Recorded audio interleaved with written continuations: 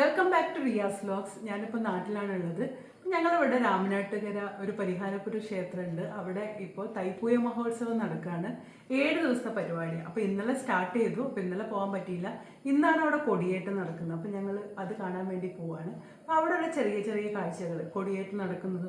എൻ്റെ ചെറിയച്ഛനാണെങ്കിൽ അവിടെ കുറച്ച് കമ്മിറ്റി മെമ്പറൊക്കെയാണ്. അപ്പോൾ ഞങ്ങൾക്ക് വീഡിയോ എടുക്കാനുള്ള സൗകര്യം കൂടി തരാമെന്ന് പറഞ്ഞിട്ടുണ്ട്. അപ്പോൾ അവിടെ കാണുന്ന കാഴ്ചകളൊക്കെ ഞാനൊന്ന് നിങ്ങൾക്കും കൂടി പങ്കുവയ്ക്കുകയാണ്. അപ്പോൾ നമുക്ക് ആ കാഴ്ചയിലേക്ക് പോവാം. എനിക്ക് തോന്നുന്നു ഞാൻ 8-ലോ 9-ലോ പഠിക്കുമ്പോഴാണ് ഞാൻ തൈപ്പൂയം ലാസ്റ്റ് കണ്ടത്. പിന്നെ കണ്ടിട്ടില്ല. ഈ ക്ഷേത്രത്തിലേക്ക് വരവും കുറവാണ്.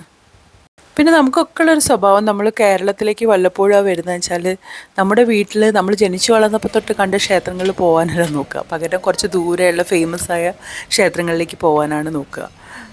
ശരിക്കും നമ്മൾ ആദ്യം എക്സ്പ്ലോർ ചെയ്യേണ്ടത് നമ്മളെ ചെറുപ്പം തൊട്ട് നമ്മൾ കണ്ടു വളർന്ന ക്ഷേത്രവും അതൊക്കെ തന്നെയല്ലേ. ഈ ക്ഷേത്രത്തിൻ്റെ പേര് പരിഹാരപുരം ക്ഷേത്രം എന്നാണ് കേട്ടോ. അപ്പോൾ ഇന്നിവിടെ കൊടിയേറ്റാണ്.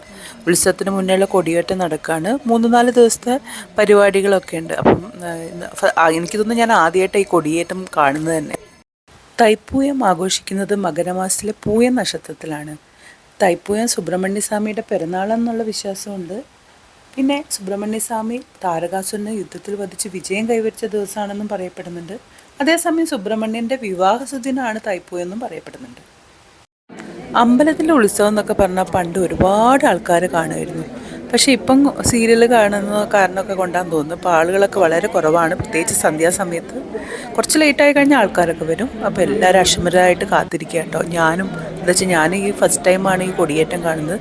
അപ്പം ഞാനും ഇതൊക്കെ എന്തൊക്കെയാണെന്ന് അറിയാൻ വേണ്ടിയിട്ട് ഇങ്ങനെ കാത്തിരിക്കുകയാണ്. പരിപാടി ദിവസങ്ങളിൽ നമുക്ക് പ്രസാദ ഊട്ടുണ്ട് കേട്ടോ. ഇവിടെ രാവിലെയും ഉച്ചയ്ക്കും രാത്രിയും പ്രസാദ ഊട്ടുണ്ട്. അപ്പം പൂജയൊക്കെ സ്റ്റാർട്ട് ചെയ്തു. എന്തൊക്കെയോ പൂജ ചെയ്തതിന് ശേഷമാണ് കൊടിയേറ്റം നടക്കുക. അപ്പം അതിന് വേണ്ടി എല്ലാവരും വെയിറ്റ് ചെയ്യുകയാണ്. അപ്പം ഞാനും അതേപോലെ വെയിറ്റ് ചെയ്ത് കാത്തിരിക്കുകയാണ്.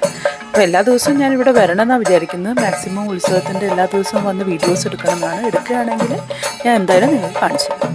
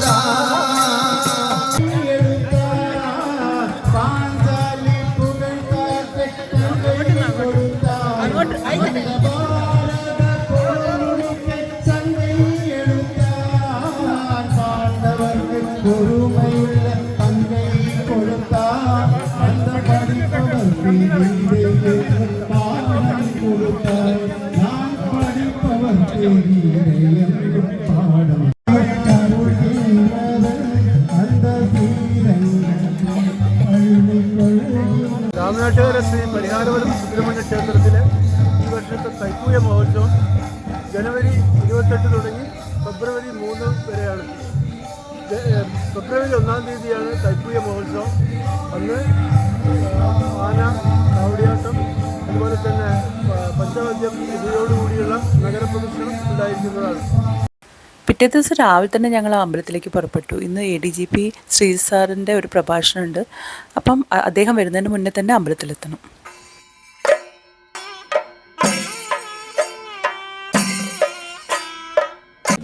അപ്പോൾ അദ്ദേഹം വരാൻ വേണ്ടി കാത്തിരിക്കുകയാണ്. ഇതെൻ്റെ അനിയനാണ് കേട്ടോ. കൊച്ചിയിലാണ്. അനിയനും വൈഫുമാണ്.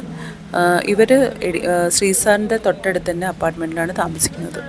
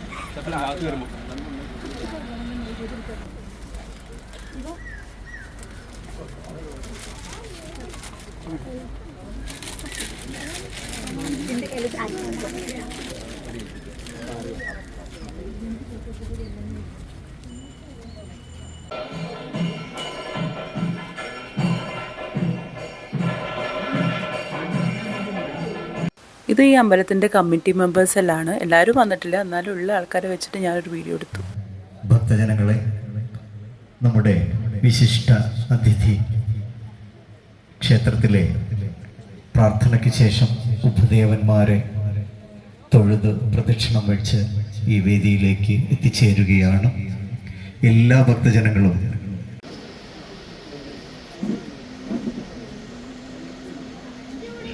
കൊണ്ട് തന്നെ ശാസ്ത്രീയ സംഗീതത്തിൽ ആധികാരികമായി അറിവുള്ള ഒരു നല്ല ഗായകൻ കൂടിയാണ് എന്നുള്ളത് ഏറെ നമ്മെ സന്തോഷിപ്പിക്കുന്നു.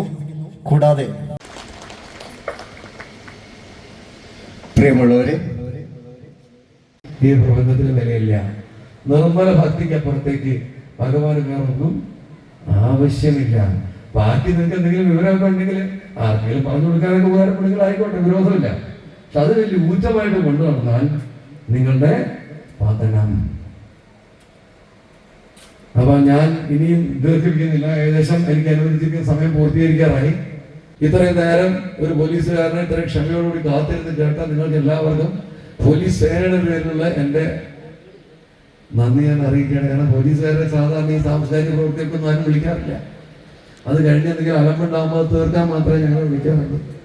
അതിൽ നിന്ന് വ്യത്യസ്തമായി ഇവിടെയുള്ള ആൾക്കാർ ഞങ്ങളെ കരുതിയതിലുള്ള എൻ്റെ ഹർഷോന്മാദം ഞാൻ അറിയിക്കുകയാണ്. ഇന്ത്യയിലെ പോലീസ് സർവീസിന് വേണ്ടിയിട്ട്, ഇന്ത്യൻ പോലീസ് സർവീസ് IPS കാരനാണല്ലോ ഞാൻ ആ നന്ദി നിങ്ങളെ അറിയിക്കുന്നു. നിങ്ങളെ എല്ലാവർക്കും ഇന്ന് ഞാൻ പറഞ്ഞ വാക്കുകളിൽ നിന്ന് എന്തെങ്കിലും ഉൾക്കൊള്ളാൻ പറ്റിയിട്ട് ഏതെങ്കിലും തരത്തിൽ ഉപാസന മുൻപോട്ട് കൊണ്ടുപോകാൻ നിങ്ങളെ കൊണ്ട് സാധിക്കുമാറാകട്ടെ എന്ന് ഞാൻ ആശംസിക്കുകയാണ്. അദ്ദേഹത്തിൻ്റെ പ്രസംഗം ആസ്വദിച്ച് കേൾക്കുന്ന എൻ്റെ അമ്മയും ചേട്ടനും. വീണ്ടും വന്ന് വൈകുന്നേരം മെഗാ തിരുവാതിരയും കുറച്ച് കലാപരിപാടികളൊക്കെ ഉണ്ട്. അപ്പോൾ അത് കാണാനായിട്ട് വന്നു. ഞാൻ അതുവരെ മെഗാ തിരുവാതിര കണ്ടിട്ടില്ല. അപ്പം ലേഡീസൊക്കെ അതിൻ്റെ ഒരുക്കത്തിലാണ്. പിന്നെ ഇത് ഇവിടുത്തെ പ്രധാനപ്പെട്ട ഒരു ഇതാണ് കേട്ടോ. ഇത് കളമെഴുത്ത് ഒരു 3 മണി, വൈകുന്നേരം ഒരു 3 മണിയാകുമ്പോൾ തുടങ്ങും. കളം മായ്ക്കലുണ്ട്. പക്ഷെ കളം മായ്ക്കൽ കഴിയുമ്പോഴേക്കും ഒരു 1 മണി 2 മണിയാവും. അത്ര സമയം നമുക്കിവിടെ നിന്ന് കഴിഞ്ഞാൽ വീട്ടിലേക്ക് കൊണ്ടുവിടാൻ ആളില്ലാത്തതുകൊണ്ട് കളം എഴുതിയത് മാത്രമേ കണ്ടിട്ടുള്ളൂ. കളം വായിക്കുന്നത് ഞാൻ കണ്ടില്ല. പക്ഷെ പണ്ട് ഞാൻ കണ്ടിട്ടുണ്ടായിരുന്നു. ചെറുതാകുമ്പോഴൊക്കെ ഞാൻ കണ്ടതായിട്ട് എനിക്ക് ഓർമ്മയുണ്ട്. അപ്പോൾ നല്ല ഭംഗിയില്ല ഇത് കാണാൻ വേണ്ടിയിട്ട്. അടിപൊളിയായില്ലേ. ഇനി കലാപരിപാടികൾ കാണാൻ പോട്ടെ. ഇവർ രണ്ടാളെ നിങ്ങൾ അധികം എൻ്റെ വീഡിയോസിലും റീൽസിലൊക്കെ കണ്ടിട്ടുണ്ടാവും. തൊട്ടടുത്തിരിക്കുന്നത് പത്മിനി ചേച്ചി. ഞങ്ങളെല്ലാം ആണ് അവർ.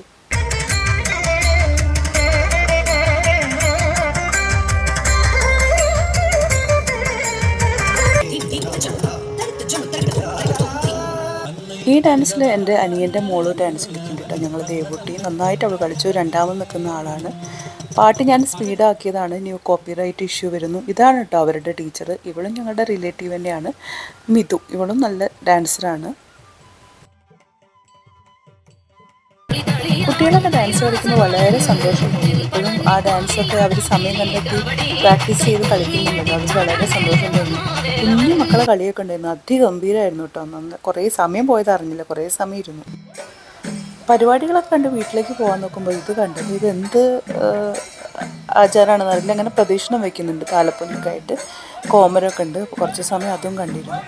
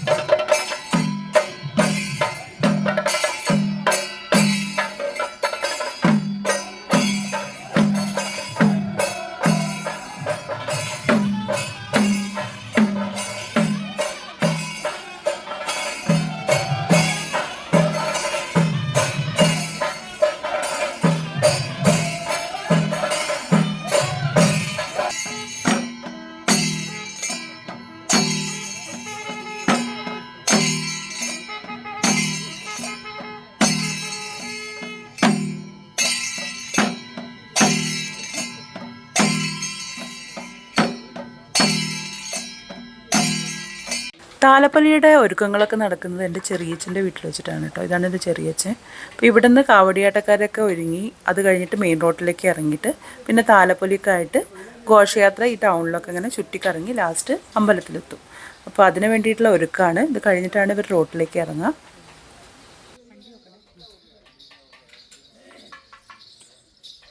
വെച്ച് കെട്ടുക എന്ന് പറയാലോ. ഇത് തലയിൽ ഇങ്ങനെ വെക്കുക.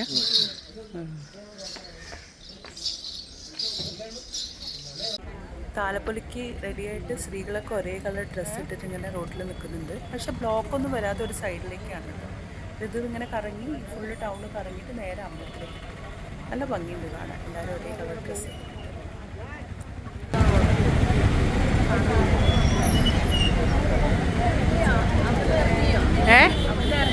അവിടെ വന്നിട്ടുണ്ട്, വണ്ടി വന്നു.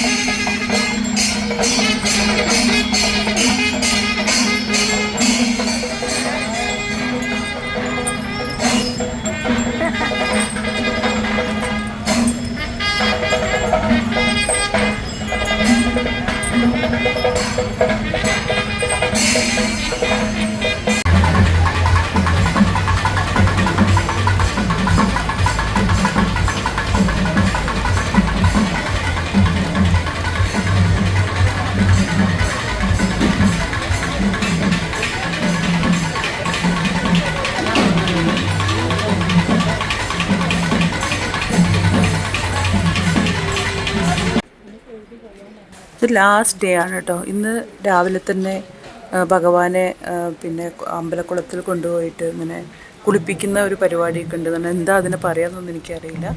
ഭയങ്കര വെയിലാണ്. അപ്പോൾ ഞങ്ങൾ രാവിലെ തന്നെ വന്നു അത് കാണാൻ വേണ്ടിയിട്ട്.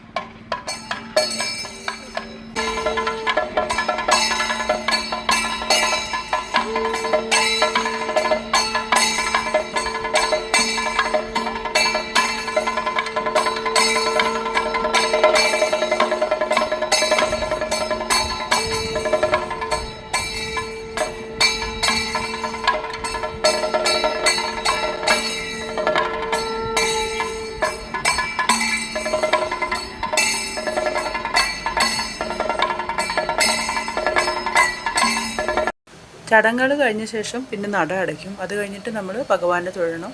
അതോടുകൂടി പരിപാടികളൊക്കെ അവസാനിക്കും. അപ്പം അമ്മയും ചേച്ചിയും ഞാനൊക്കെ ഇവിടെ വെയിറ്റ് ചെയ്യാണ്. ഇതെന്താ പറ നിറയ്ക്കൽ എന്ന് പറഞ്ഞിട്ട് ഒരു ഇതാണ്. ഇത് പിന്നെ നമുക്ക് സമ്പത്തും അഭിവൃദ്ധിയും ഉണ്ടാകാൻ വേണ്ടിയിട്ട് പറയിൽ ഫുള്ള് നെല്ല് നിറയ്ക്കണം. അപ്പോൾ അത് കഴിപ്പിക്കാനായിട്ട് നിന്നവരാട്ടോ ഇതൊക്കെ. ഇത് നമ്മൾ ബുക്ക് ചെയ്യണം. ബുക്ക് ചെയ്തിട്ട് അത് ചെയ്യാവുന്നതാണ്.